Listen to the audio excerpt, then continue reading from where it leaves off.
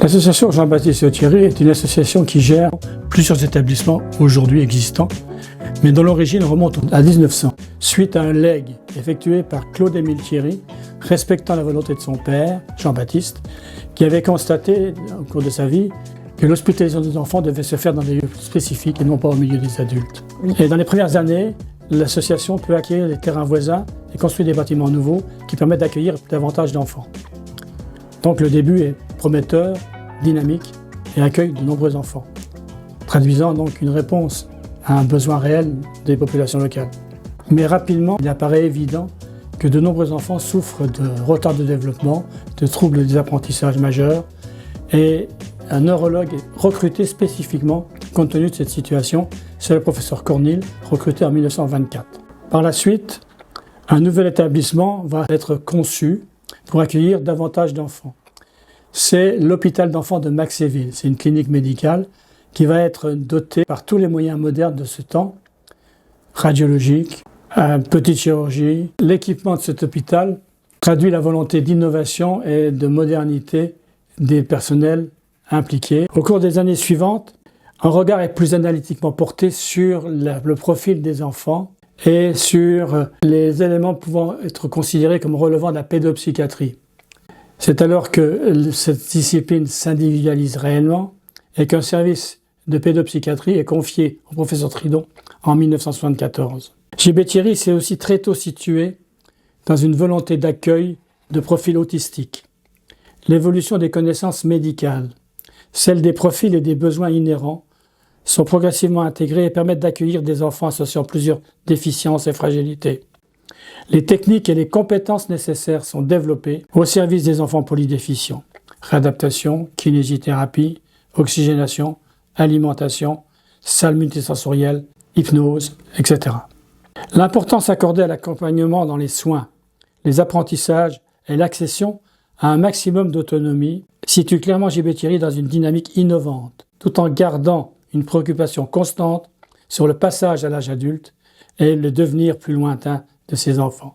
Alors, l'aventure de J.B. Thierry, elle commence comme toujours avec une rencontre. Alors, Nasser Matar, qui était le directeur de l'institution, a été sensibilisé par mes travaux de recherche sur la simulation multisensorielle. C'était le début où, enfin, on comprenait qu'il fallait faire de l'accompagnement personnalisé pour ses enfants.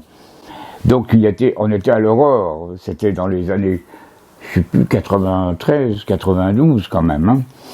Alors, je suis parti sur le fait qu'il fallait leur proposer un rituel. Quand on parle de stimulation multisensorielle, ce n'est pas que les cinq sens, là.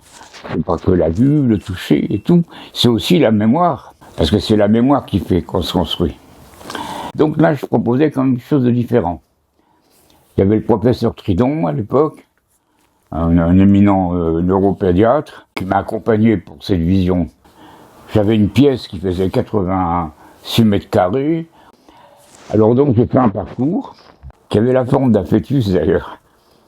Et pour rester dans le symbole de la vie, j'avais fait un parcours avec des tunnels en altu-glace. Quand vous passiez dessous, il y en a un qui s'éclairait, il y avait de la fumée, un autre, il y avait de l'air chaud, un autre, il y avait de l'air froid. Donc il pouvait avoir des sensations. J'avais eu l'idée, suite d'ailleurs à un docteur suisse qui avait fait un travail sur la stimulation basale. J'avais mis des cordelettes, et l'enfant devait tirer une cordelette pour activer le système. Il tirait sur la corde et qu'il voyait subitement des bulles de savon apparaître et tout. Il y avait le visuel, il y avait le tactile aussi. Il pouvait allumer une fresque lumineuse, passer aussi dans des parties musicales, aussi des senteurs, des rubans. Cet endroit, c'était assez magique quand même. C'est pas qu'un lieu apaisant.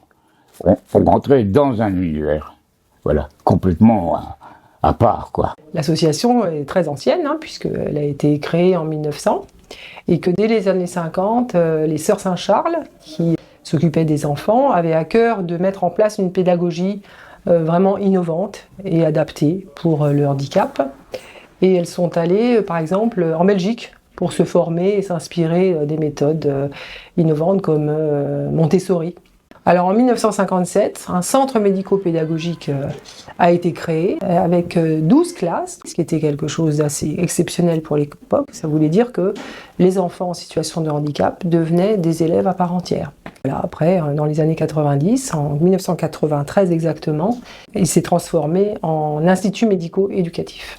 Alors on a 9 enseignants qui sont donc payés par l'Éducation nationale, donc qui sont professeurs des écoles. Et voilà, on a un vrai lien avec l'Éducation nationale et on respecte les programmes, en les adaptant bien sûr aux élèves. On a par exemple, depuis une vingtaine d'années, accueilli des enfants et des jeunes porteurs du trouble du spectre de l'autisme. Et on a été dans les premiers à mettre en place le programme Macathon, qui est donc un système de communication alternatif qui se base sur les gestes, sur les pictogrammes. Et à l'époque, très peu de personnes connaissaient ça. Et puis maintenant, ça s'est étendu un peu partout, est devenu presque universel, en tout cas dans le milieu spécialisé. Et puis en 1997, ce qui était assez innovant, exceptionnel aussi, on a créé la classe externalisée qui est à l'école Vautrin de Maxéville, à l'école du quartier en fait. En 2016, on a été les premiers dans le département à ouvrir une unité d'enseignement maternel autisme à Villers-et-Nancy. Et puis une autre a suivi dans une école élémentaire. Alors une unité d'enseignement maternel autisme ou élémentaire autisme, c'est donc une classe qui est complètement intégrée dans une école classique, ordinaire, et avec un personnel dédié qui travaille particulièrement l'inclusion dans le milieu ordinaire. L'objectif de cette scolarisation, c'est vraiment que l'enfant puisse ensuite regagner un CP ou un CE1. Alors on a de nombreux partenariats. Pour travailler les sciences, on a mis en place un partenariat avec l'association Les Mains à la Pâte. On a des élèves ingénieurs qui viennent régulièrement, chaque semaine, pour mener des séquences d'initiation aux sciences. Alors on nous a proposé en début d'année de participer au projet Supercodeur. C'était initié par Orange. Donc on a eu l'occasion de participer à 2 journées d'initiation au codage. Donc on a été le premier établissement médico-social à mettre ça en place, donc pour tous nos élèves, quel que soit leur âge. Et les plus grands, ils ont carrément construit, élaboré un jeu de codage sur l'ordinateur. Le Fab Lab Les MacGyver, c'est un laboratoire de fabrication innovant et inclusif créé par l'association Jean-Baptiste Thierry en 2019. Le Fab Lab, il incarne vraiment les valeurs fondatrices de l'association, comme par exemple l'émancipation, l'éducation, l'autonomie ou l'autodétermination, principalement par la pratique à travers des outils ou des équipements, des activités proposées au sein du Fab Lab. Donc au Fab Lab, on va retrouver par exemple des outils de conception comme la découpeuse laser, les imprimantes 3D, la fraiseuse numérique. Donc ceux-là, on va principalement faire des aides techniques ou des supports d'apprentissage vraiment faits sur mesure. On va aussi avoir par exemple des instruments de musique adaptés avec lesquels on va pouvoir plutôt travailler l'estime de soi, l'autodétermination, apprendre à gérer sa frustration aussi. On peut aussi faire avec les casques de réalité augmentée et le casque de réalité virtuelle, chercher aussi plutôt quelque chose de méditatif et d'apaisant pour être dans quelque chose d'un peu plus sensoriel. Et puis on a d'autres équipements comme la Tover Tafel ou alors différentes presses à chaud qui sont vraiment très pluridisciplinaires et avec lesquelles on va pouvoir travailler par exemple la motricité fine ou encore l'estime de soi. On a récemment intégré la communauté des Rehab Labs, donc Rehab pour réhabilitation et Lab laboratoire. L'idée, c'est en fait d'avoir une certaine méthodologie et une certaine façon d'accompagner nos usagers dans la co-création de leurs propres aides techniques. Nous sommes les seuls sur le territoire actuellement à avoir cette labellisation. Cette année, en 2025, on lance le ComLab Les MacGyver avec un Fab Lab itinérant. Donc on va directement se déplacer auprès des publics empêchés en situation de handicap pour les aider autour de problématiques qui concernent la communication alternative et améliorée en créant des aides techniques avec eux et pour eux. Alors la cryothérapie, c'est un soin où l'on utilise un froid. Il faut savoir que c'est un froid très important et ce très froid a une action au niveau circulatoire profond.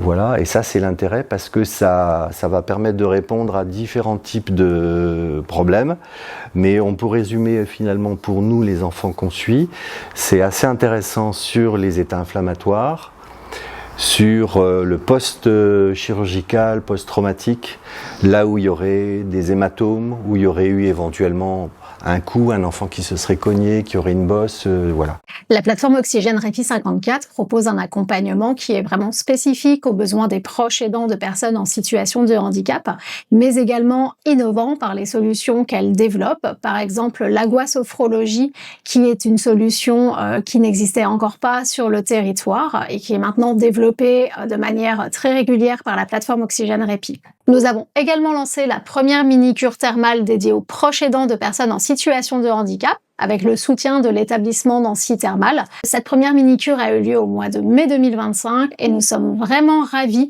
des bénéfices que nous pouvons déjà constater auprès du groupe de 6 aidants qui en a bénéficié. Le 4 septembre dernier, nous avons eu le plaisir de recevoir le prix Thermalisme et bien-être des aidants de personnes en situation de handicap vieillissante, ce qui va nous permettre de poursuivre notre action et de proposer une nouvelle cure spécifique pour ce public. La plateforme propose également un soutien individuel aux aidants par le biais d'une approche technologique offerte par un casque de réalité virtuelle qui amène à un moment d'immersion pour les aidants et qui favorise la détente. La musique a ce pouvoir d'agir en nous sans même qu'on en ait conscience. Au niveau psychique, elle peut susciter des émotions, réveiller des souvenirs, stimuler les représentations mentales, libérer des blocages et aider à reprendre confiance en soi. Sur un plan physiologique, elle met aussi en jeu le corps et ses fonctions, ainsi que notre système perceptif. Le jeu instrumental est non-verbal, comme tout être humain à la naissance. Pendant les premiers mois de notre vie, on communique par le toucher, le regard, l'écoute, des sons. Et c'est comme ça qu'on se construit. Le langage vient plus tard. Le travail dans le non-verbal va permettre de restaurer cette première communication. C'est un travail de réassurance. Sur ces images, on constate que jouer aide à libérer des émotions contenues de manière ludique et adaptée dans un cadre posé à cet effet. Ça permet d'éviter ou d'endiguer des états de stress, d'angoisse, d'anxiété et surtout d'empêcher ces émotions qui ne s'expriment pas de se libérer d'une autre façon par des troubles du comportement notamment. On pourrait donc dire qu'à travers ce qui ne paraît que jeu et amusement, on permet à l'enfant, à l'adolescent de se sentir valorisé, de se réapproprier son corps, de restaurer son identité ainsi que la confiance en soi, de s'ouvrir à la communication et d'exprimer ce qu'il peine parfois à dire avec des mots. Ce que je vais chercher à amener dans les séances réceptives, c'est un apaisement physique et psychique. Les enfants accueillis à l'EEP vivent pour la plupart leur corps de manière contrainte, ce qui peut amener parfois à des états douloureux. Des études neuroscientifiques témoignent de l'incidence de l'écoute musicale sur notre cerveau et notre corps. Sérotonine, endorphine, dopamine se libèrent dans notre organisme, provoquant du bien-être en luttant contre la douleur, l'anxiété et le stress lors d'une écoute musicale agréable. Parallèlement, notre système parasympathique autonome s'en trouve influencé, avec une respiration plus lente et plus profonde, un rythme cardiaque et une pression artérielle qui diminuent et qui agissent aussi sur des états de stress. Pas d'effet secondaire, diminution de la perception de la douleur allant jusqu'à 30%. La musique est un petit miracle à elle seule qu'il faut considérer comme une alliée non médicamenteuse. Voilà pourquoi la musicothérapie sous-entend la reconnaissance du rôle de la musique dans une dimension de soin. Alors ici, à l'EEP, on travaille avec des enfants polyhandicapés. La plupart sont non-verbaux. Donc la communication alternative est importante pour eux. La commande oculaire, c'est un système qui permet de prendre le contrôle sur un ordinateur ou une tablette avec les yeux. Donc on peut utiliser la commande oculaire avec certains enfants qui ont des capacités intellectuelles suffisantes pour comprendre le système et des capacités motrices conservées au niveau du contrôle du regard et des mouvements des yeux. On commence en général avec des jeux qui permettent d'éduquer le regard avec des relations de cause à effet. L'idée, c'est de parvenir petit à petit à travailler sur un logiciel de communication avec des grilles de communication et avec des pictogrammes notamment. Ça va permettre aux utilisateurs de communiquer sur leurs besoins fondamentaux, notamment sur la douleur, parce qu'on sait pas toujours situer la douleur. Donc là, si la personne en a la capacité, on peut joindre par exemple le picto « j'ai mal », a une grille qui décrit les différentes parties du corps et la personne va aller choisir la case qui correspond à l'endroit où elle a mal. Ça peut être un support pour provoquer des interactions sociales et des échanges. Si la personne clique par exemple sur l'icône famille, on va savoir qu'elle veut parler peut-être de sa sœur. Voilà, le but c'est vraiment de pouvoir initier la communication quand la personne ne peut pas parler et de maintenir voilà, des capacités d'échange et de pouvoir communiquer sur au moins les besoins fondamentaux, voire plus. Est-ce que tu es allé au parc ce week-end ? Est-ce que tu as fait une promenade au parc ce week-end ? En fin de journée ? Non. Non, d'accord. T'es resté à la maison ? Au frais ? Oui. Ok, super. Oui. Au sein de l'association JB Thierry, nous accueillons des personnes en situation de handicap parfois complexes, avec des solutions qui sont difficiles à trouver parce que les besoins sont difficiles à évaluer. L'innovation, elle représente un levier, un enjeu pour permettre de réduire l'écart de difficulté dans l'accompagnement et de trouver des solutions qui permettent justement de maximiser, de mieux accompagner. L'association s'est engagée dans la recherche depuis 4 ans déjà. Peu après la construction du Fab Lab, nous avons noué de premiers partenariats avec les grandes écoles d'ingénieurs dans le but déjà d'innover dans notre façon de produire des supports rééducatifs et éducatifs. Par la suite, on a ancré nos partenariats dans la formation universitaire et la recherche universitaire avec des acteurs de l'Université de Lorraine, notamment l'IUT Nancy-Charlemagne, dans le but de développer des solutions tournées vers les applications informatiques, mais également la réalité virtuelle et augmentée. En 2022, nous avons dynamisé ce partenariat-là, notamment par l'accord cadre que nous avons signé avec le laboratoire de LPN, de psychologie et neurosciences des comportements, dans le but cette fois-ci d'évaluer les bénéfices des solutions expérimentées auprès des personnes en situation de handicap. Enfin, nous avons signé en août dernier une convention avec l'incubateur Lorrain qui nous permettra de mettre notre expertise au service de projets innovants et inclusifs portés par les startups incubées.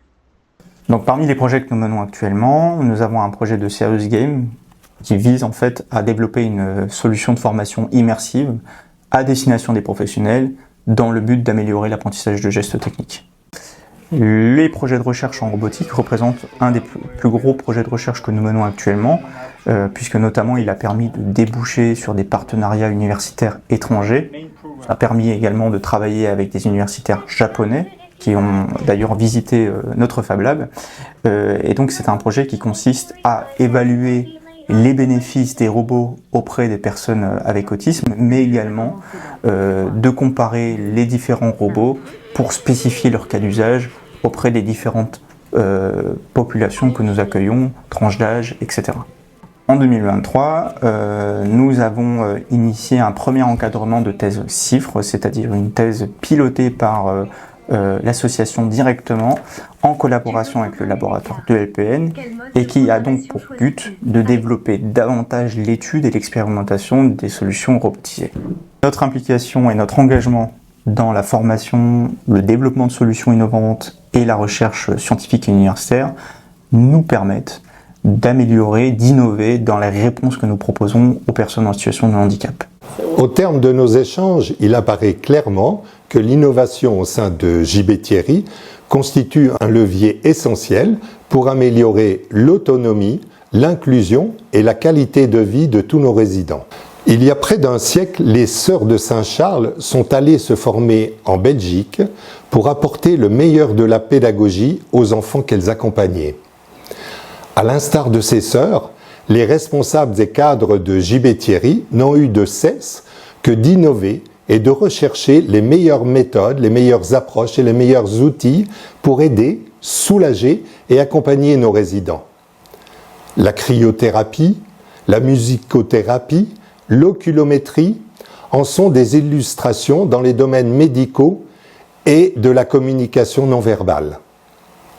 La robotique et la recherche universitaire conduite à JB Thierry apportent des innovations pour stimuler, faire participer et améliorer la communication avec nos jeunes résidents porteurs d'autisme.